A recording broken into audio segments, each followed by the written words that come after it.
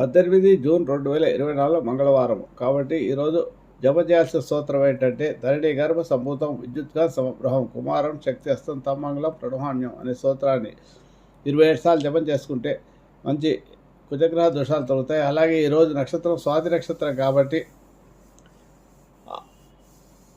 రాహుగ్రహానికి సంబంధించిన స్తోత్రము అర్ధకాయ మహావీరం చంద్రాదిత్య విమర్దనం సింహికా గర్భ సంభూతం తం రహం ప్రణవం అనే స్తోత్రాన్ని 27 సార్లు జపం చేసుకోవడం ద్వారా రాహుగ్రహ దోషాలతో ముఖ్యంగా ఈరోజు చాలా మంగళవారము రాహుకాలం 3 నుంచి 4:30 వరకు ఉంటుంది. ఈ సమయంలో ఇంకా ఎవరికైనా చాలా ఇబ్బందికరమైన రాహుగ్రహ దోషాలు ఉంటే ఈ సమయంలో రాహుగ్రహానికి సంబంధించిన గ్రహపీఠ స్తోత్రాన్ని మహాశ్యామ మహావక్తో దీర్ఘదర్శో మహాబల అతర్శోచకేశ్చాపీఠం హర్తిమే శిఖి అనే స్తోత్రాన్ని డిస్క్రిప్షన్లో ఇస్తున్నాను. దాని పారాయణ